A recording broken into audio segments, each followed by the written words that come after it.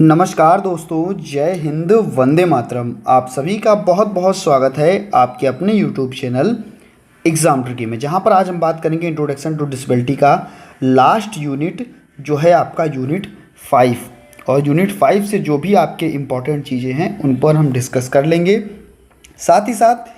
जिन अभी छात्र छात्राओं ने यूनिट 1 से लेकर के यूनिट 5 तक की वीडियोस नहीं देखी, यूनिट 4 तक की वीडियोस नहीं देखी हैं, यानी कि यूनिट 1, 2, 3 और 4 इंट्रोडक्शन टू डिसेबिलिटी की, तो आप लोग उसको देख सकते हैं। प्लेलिस्ट में उसका लिंक मिल जाएगा, है ना, वहाँ से आप उन वीडियोस को देख सकते हैं, या आप टेलीग्राम ग्रुप से जुड़ जाइएगा। इसका नाम है exam tricky for special education. लगभग 11K का परिवार वहाँ पर आपको देखने को मिलेगा, तो वहाँ से भी आप जुड़ करके उन वीडियोस की लिंक पा सकते हैं। तो दोस्तों शुरू करते हैं आज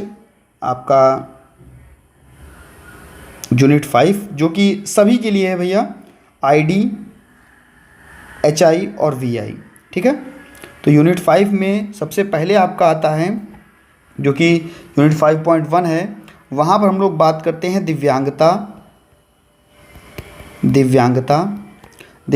के क्षेत्र में मानव संसाधन विकास की वर्तमान स्थिति के बारे में, यानी कि अगर हम बात करें स्पेलिंग या हम कह सकते हैं फुल फॉर्म HRD की, तो आप कहोगे ह्यूमन रिसोर्स डेवलपमेंट। क्या कहोगे? Human resource development. ठीक है, तो दिव्यांगता के क्षेत्र में मानव विकास संसाधन की वर्तमान स्थिति की बात करेंगे, तो आप कहोगे सर जो मानव संसाधन विकास है वो विभिन्न क्षेत्रों में, दिव्यांगता के स्तरों को विभिन्न क्षेत्रों में, है ना, विकलांगों के साथ में या दिव्यांगों के साथ में काम करने वाले पेशेवरों को प्रशिक्षित करने और इनको विकसित करने के लिए महत्वपूर्ण प्रगति कर रहा है। अब विभिन्न क्षेत्र कौन कौन से आपको देखने को मिलेंगे? हम कहेंगे एक विशेष प्रशिक्षण। ठीक है, विशेष प्रशिक्षण की बात करेंगे तो हम कहेंगे भैया विशेष प्रशिक्षण में दिव्यांगता के क्षेत्र में काम करने वाले ऐसे डॉक्टर, ऐसे चिकित्सक, ऐसे शिक्षक और भैया ऐसे सामाजिक कार्यकर्ता जिनको शामिल किया गया है, जो विशेष आवश्यकता वाले बच्चों को विशेष प्रशिक्षण के द्वारा आगे बढ़ाएंगे और उनकी रणनीतियों, सहायक प्रौद्योगिकी और व्यवहार प्रबंधन में या समावेशी प्रथाओं में चीज़ों को शामिल करके उनमें प्रशिक्षण देंगे। तो ये आपका विशेष प्रशिक्षण के अंतर्गत आएगा, जो कि मानव संसाधन विकास के अंतर्गत आएगा। इसके बाद में आपका आएगा समावेशिता। जब भी समावेशिता और विविधता की बात करेंगे हम, तो कहेंगे प्रत्येक बच्चा, मानव संसाधन विकास के अंतर्गत जो कार्यक्रम चलाए जाएंगे वो समावेशिता को ध्यान में रख करके चलाए जाएंगे, समावेशिता के ध्यान को महत्व देते हुए चलाए जाएंगे। क्यों? क्योंकि प्रत्येक बच्चे की समावेशिता, यानी कि प्रत्येक बच्चे को समावेशन किया जाएगा और उसकी विविधता को ध्यान में रखते हुए, उसकी जो चीज़ें अलग अलग हैं, क्योंकि प्रत्येक बच्चा एक दूसरे से भिन्न है, तो प्रत्येक बच्चे की चीज़ों को ध्यान में रखते हुए हम क्या करेंगे, बच्चे को मानव संसाधन विकास के अंतर्गत रखेंगे और कहेंगे जो भी बच्चे का सांस्कृतिक और भाषाई परिवेश है, सामाजिक और आर्थिक पृष्ठभूमि है, व्यक्तियों के साथ में काम करने के लिए हम उनको आवश्यकता होगी वो चीज़ हम उनको सुसज्जित करेंगे, वो चीज़ उनको हम देंगे। ठीक है, नेक्स्ट हम बात करते हैं इस क्षेत्र में भैया संसाधनों की भी कमी होती है, ठीक है, संसाधनों की भी कमी है। तो कहेंगे सर दिव्यांगता के क्षेत्र में संसाधनों की कमी, अगर दिव्यांगता के क्षेत्र में संसाधनों की कमी है तो सेवाओं की गुणवत्ता जो भी होगी उस पर प्रभाव पड़ेगा। जो सेवाएं, जो उपलब्धता बच्चों को दी जा रही है पेशेवरों के द्वारा, वहाँ पर चीज़ें कम होंगी। यानी कि ऐसे अभी कई क्षेत्र बाकी हैं जिसमें दिव्यांगता के क्षेत्र में प्रशिक्षित पेशेवरों की कमी है। अगर देखा जाए तो विशेष शिक्षकों की भी कमी है हमारे भारत में, और यही जो प्रशिक्षित पेशेवर हैं, चाहे वो विशेष शिक्षक हों या कोई भी हो, है ना, जो दिव्यांगता के क्षेत्र में काम कर रहे हैं, तो भैया अगर सेवाओं को बढ़िया देना है, गुणवत्तापरक देना है और गुणवत्तापरक चीज़ों को उपलब्ध कराना है, तो हमें क्या करना होगा कि भैया जो संसाधनों की कमी है उन संसाधनों की पूर्ति करनी होगी। नेक्स्ट है आपका कह सकते हैं कि जो भी हमारे पेरेंट्स हैं, जो भी हमारे पेरेंट्स हैं और साथ ही साथ कम्युनिटी मेंबर हैं, ठीक है, जो भी हमारे पेरेंट्स हैं यानी कि माता पिता हैं और जो भी हमारे समुदाय के लोग हैं, ये भी बच्चे के मानव विकास में, मानव संसाधन विकास में एक अहम भूमिका निभाते हैं और वहाँ पर आपको क्या कहते हैं, एक नई सर्विस प्रोवाइड कराते हैं। माता पिता अगर बच्चे के साथ में ध्यान नहीं दे रहे हैं या माता पिता के बाद में जो हमारा समाज है वो बच्चों पर ध्यान नहीं दे रहा है, तो भैया बच्चा जो है वो पिछड़ जाएगा और वहाँ पर डिसेबल्ड चाइल्ड भी वहाँ पर आपको देखने को मिलता है। ठीक है, इसी प्रकार से अगर आप इसको लिख सकते हैं तो इस प्रकार से आप लिखेंगे अच्छी तरीके से। नेक्स्ट आपका 5.2 की हम बात करते हैं। ये यूनिटें बहुत ही छोटी छोटी हैं, है ना, बहुत ही छोटी छोटी यूनिटें हैं और इनसे लेकिन आपका आता बहुत कुछ है। आगे हम बात करते हैं आपकी जितने भी इंटरनेशनल बॉडीज़ हैं, जितने भी आपके राष्ट्रीय सम्मेलन हैं, चाहे वो उसके अंतर्गत आपका इंटरनेशनल डिसेबिलिटी एलियंस आ जाए यानी कि IDA आए या यूनेस्को आए या यूनिसेफ आए, UNDP आए या WHO आए, तो चाहे वो आपका IDA का फुल फॉर्म हो, है ना, चाहे वो आपका यूनेस्को का फुल फॉर्म हो, है ना, चाहे वो आपका यूनिसेफ का फुल फॉर्म हो, है ना, UNDP का फुल फॉर्म हो या WHO का फुल फॉर्म हो, ये सारे फुल फॉर्म आपके लिए इम्पॉर्टेंट हैं। ये सारे के सारे फुल फॉर्म आपके लिए बहुत ही इम्पॉर्टेंट हैं। अगर आपने फुल फॉर्म्स को याद किया है तो बहुत अच्छा है, नहीं याद किया है तो अब याद कर लीजिएगा, है ना। अगर हम बात करें IDA की तो हम बोलेंगे इंटरनेशनल डिसेबिलिटी एलियंस, ठीक है, IDA। अगर हम बात करें यूनेस्को की तो हम कहेंगे United Nations Educational Scientific and Cultural Organization. United Nations Educational Scientific and Cultural Organization, इसको हम लोग बोलते हैं यूनेस्को। हम बात करते हैं यूनिसेफ की तो कहते हैं यूनिसेफ को हम लोग क्या बोलेंगे, कहेंगे यूनाइटेड नेशंस चिल्ड्रंस फंड, ठीक है, या एजुकेशन फंड, ठीक है, तो हम बोलते हैं यूनिसेफ। UNDP को क्या बोलते हैं, तो हम UNDP को बोलते हैं यूनाइटेड नेशंस डेवलपमेंट प्रोग्राम, ठीक है, UNDP United Nations Development Programme और WHO आप सभी को पता है कि वर्ल्ड हेल्थ ऑर्गेनाइजेशन। तो ये जितने भी आपके अंतर्राष्ट्रीय संस्थान हैं या हम कह सकते हैं अंतर्राष्ट्रीय बॉडीज़ हैं जो कि अंतर्राष्ट्रीय दिव्यांगता के क्षेत्र में काम कर रही हैं, चाहे WHO, यूनेस्को, यूनिसेफ, ये सभी अंतर्राष्ट्रीय निकाय दिव्यांगता के क्षेत्र में पुनर्वास सेवाओं को आगे बढ़ाने के लिए और वैश्विक स्तर पर दिव्यांग बच्चों के अधिकारों और कल्याण को बढ़ावा देने के लिए, महत्व देने के लिए भूमिका निभाते हैं। इनके शिक्षा, सामाजिक समावेशन और आवश्यकता से आधारित सेवाओं की पहुंच तक ये जितने भी आपके अंतर्राष्ट्रीय संस्थान हैं काम करते हैं। चाहे आपका IDA हो, है ना, तो IDA में आपको देखने को मिलेगा जो भी हमारे दिव्यांग व्यक्ति हैं उनके अधिकारों को बढ़ाना, इन्हें क्षेत्रीय संगठन को एक गठित करना और समुदाय के लिए एक एकीकृत आवाज़ के रूप में कार्य करना, समावेशी नीतियों और प्रथाओं को आगे बढ़ाना, उसकी वकालत करना और जो भी बढ़ावा है सभी को सुलभ सेवाएं देना, न्यायगत और राष्ट्रीय स्वास्थ्य देखभाल सामाजिक प्रणालियों को एकीकृत करना, ये आपका IDA का काम है।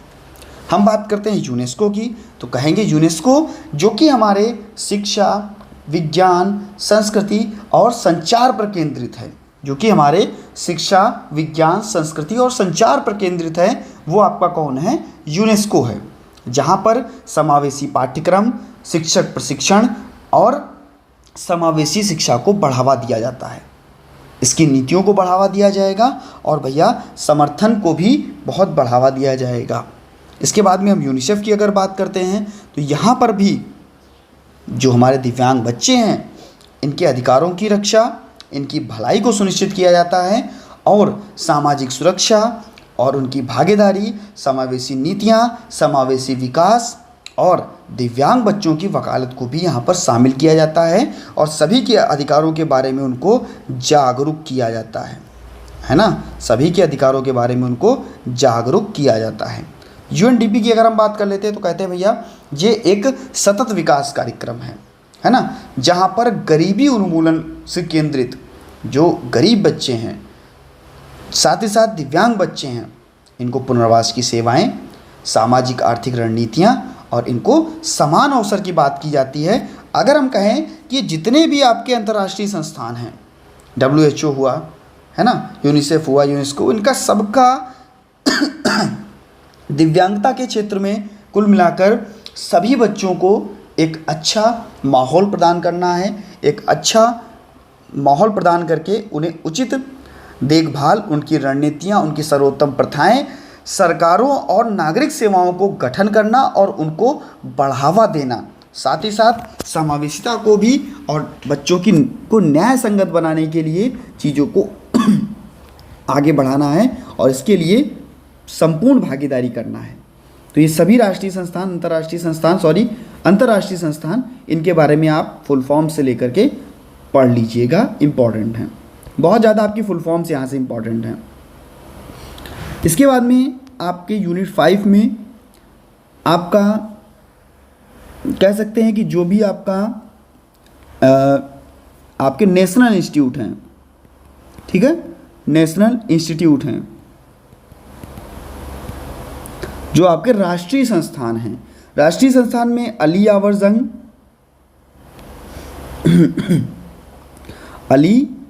जंग national institute for speech and hearing disability दिव्यांगजन, ठीक है,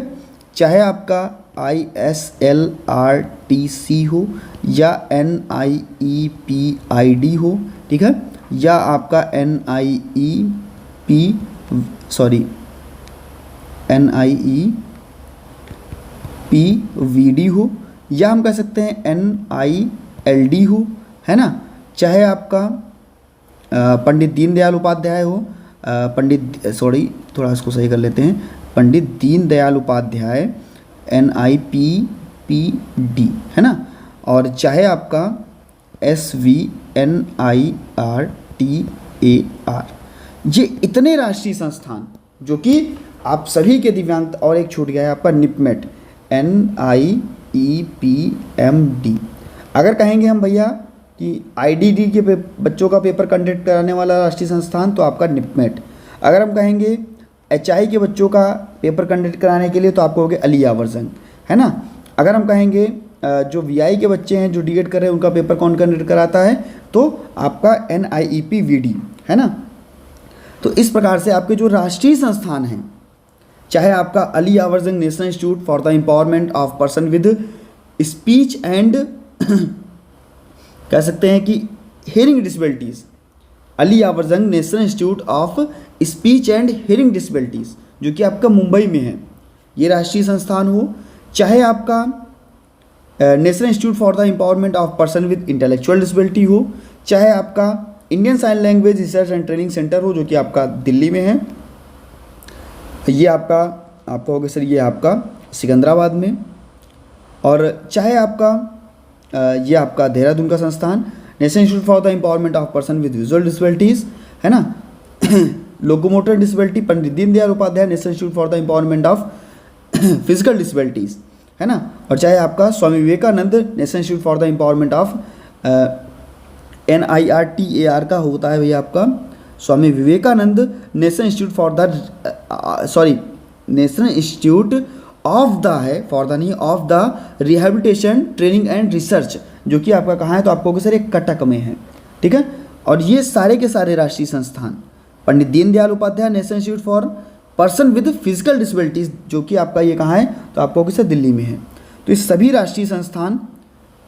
इनके बारे में आप इनके बारे में फुल फॉर्म याद कर लीजिएगा। और अगर कहे तो ये सभी राष्ट्रीय संस्थान आपके भारत सरकार के द्वारा दिव्यांगता के क्षेत्र में पुनर्वास सेवाएं, सेवाएं और आपकी शैक्षिक सेवाएं, रोजगार के अवसर, चिकित्सा के अवसर, ये सभी राष्ट्रीय संस्थान जो हैं वो देते हैं। ठीक है, सभी के नाम और इनके फुल फॉर्म याद कर लीजिएगा। इसके बाद में हम बात करते हैं रोल ऑफ आईसीटी, क्योंकि यूनिट 5 से आपका यूनिट 5.1 और 5.2 और 5.4 इस बहुत ज़्यादा इंपॉर्टेंट है आपके 3 नंबर के जो आपके क्वेश्चन आने वाले हैं उनके लिए। और अगर हम 5.5 की बात करते हैं तो ये भी इम्पॉर्टेंट है, क्योंकि यहाँ पर बात करता है आपका आईसीटी की, इंफॉर्मेशन एंड कम्युनिकेशन टेक्नोलॉजी, है ना, इंफॉर्मेशन एंड कम्युनिकेशन टेक्नोलॉजी, है ना, समावेशी सेवाओं में बात करेगा संचार प्रौद्योगिकी की, है ना, सेवाएं जो भी आपके सूचना और संचार प्रौद्योगिकी है, इंफॉर्मेशन एंड कम्युनिकेशन टेक्नोलॉजी, उसकी बात करता है। तो हम कहते हैं कि आजकल हम लोग डिजिटल युग में हैं और डिजिटल युग में जो भी हमारी प्रौद्योगिकी है वो एक नई तरीके से प्रस्तुत की जा रही है, जहाँ पर विशेष शिक्षक हों या हम कह सकते हैं किसी प्रकार की बच्चों को भी पढ़ाना हो तो उनको नए तरीके से सामान्य कंप्यूटर, लैपटॉप, स्मार्टफोन, है ना, और नई नई प्रौद्योगिकी के माध्यम से, नए नए समावेशन के माध्यम से चीज़ों को हम पढ़ाते हैं। अगर हमें किसी भी चीज़ के लिए जानना भी है या हमारे जो दृष्टिबाधित बच्चे भी हैं, अगर हम बात करें दृष्टिबाधित बच्चों की, तो भैया ये बच्चे भी हमारे हैं, तो हम कहेंगे कि ये बच्चे जो हमारे एक आज नए तरीके से पढ़ रहे हैं, क्योंकि उनको भैया सुनने की एक अच्छी सुविधाएं मिल रही हैं, है ना। ऑनलाइन में भी बच्चे तुरंत बोलते हैं और उनकी चीज़ें ओपन होके आ जाती हैं, उनको सुनाई भी ये भी दे जाता है कि भैया आखिरकार क्या इसके बारे में बताया गया है या बोला गया है। तो ये चीज़ें जो हैं वो हमारी इंफॉर्मेशन एंड कम्युनिकेशन टेक्नोलॉजी के अंतर्गत आती हैं। जो भी दिव्यांग बच्चे हैं, अंगों से दिव्यांग बच्चे हैं, तो उनके लिए भी भैया नए नए सॉफ्टवेयर बनाए गए हैं। अगर बच्चा सुन नहीं पा रहा है तो उसके लिए भी साइन लैंग्वेज का उपयोग किया जा रहा है। बच्चा देख नहीं पा रहा है तो आईसीटी का उपयोग करके हम बच्चे को सुनने वाली क्षमताएं और स्पर्श करने के लिए चीज़ों को सिखा रहे हैं, है ना। तो ये सारी चीज़ें देखने को मिलती है, नए नए ऐप, नई नई वेबसाइट हैं, ये सभी चीज़ें हम लोग आईसीटी के अंतर्गत उपयोग करते हैं, इंफॉर्मेशन एंड कम्युनिकेशन टेक्नोलॉजी के अंतर्गत उपयोग करते हैं, जहाँ पर जो भी दूरभाष सेवाएँ हैं, भुगतान है, प्रौद्योगिकी है ना, तो ये सारी चीज़ें जो हम लोग हैं वो उपयोग करते हैं आपकी आईसीटी के अंतर्गत। तो यूनिट 5 में दोस्तों इतना ही आपका इंपॉर्टेंट था, बाकी बहुत ज़्यादा यहाँ पर इंपॉर्टेंट चीज़ें नहीं हैं। सभी राष्ट्रीय संस्थान, सभी अंतर्राष्ट्रीय संस्थान, इनको जरूर याद कर लीजिएगा और मानव संसाधन विकास के बारे में पढ़ लीजिएगा। ठीक है, तो मिलता हूँ दोस्तों नेक्स्ट वीडियो में नई जानकारी के साथ में। एक जो आपका पेपर नंबर 6 है, सॉरी पेपर नंबर 6 क्यों होगा आपका, पेपर नंबर जो 2 है आपका, पेपर नंबर 2 है HI के स्टूडेंट का और IDD के स्टूडेंट का। इसकी भी वीडियो आप लोगों को अपलोड कर दी जाएगी बहुत ही जल्द, क्योंकि समय दोस्तों नहीं मिल पा रहा था। अब कोशिश करूंगा कि बहुत जल्द आप लोगों की 5-5 यूनिट वहां पर भी ख़त्म कर दी जाए, पेपर नंबर 2 की, क्योंकि आपका वो पेपर 10 तारीख को है ना, तो उसको भी ख़त्म किया जाएगा। लेकिन थोड़ा भैया धैर्य बना करके रखिएगा, जैसे जैसे हमें समय मिलता जाएगा आप लोगों तक हम चीज़ों को पहुँचाते जाएंगे। धन्यवाद दोस्तों। अगर अभी तक आपने चैनल को सब्सक्राइब नहीं किया है, चैनल को सब्सक्राइब कर लीजिएगा, पास में बेल आइकन में ऑल का ऑप्शन प्रेस कर लीजिएगा और सभी मित्रों तक एक बार वीडियो को शेयर कर दीजिएगा। धन्यवाद दोस्तों।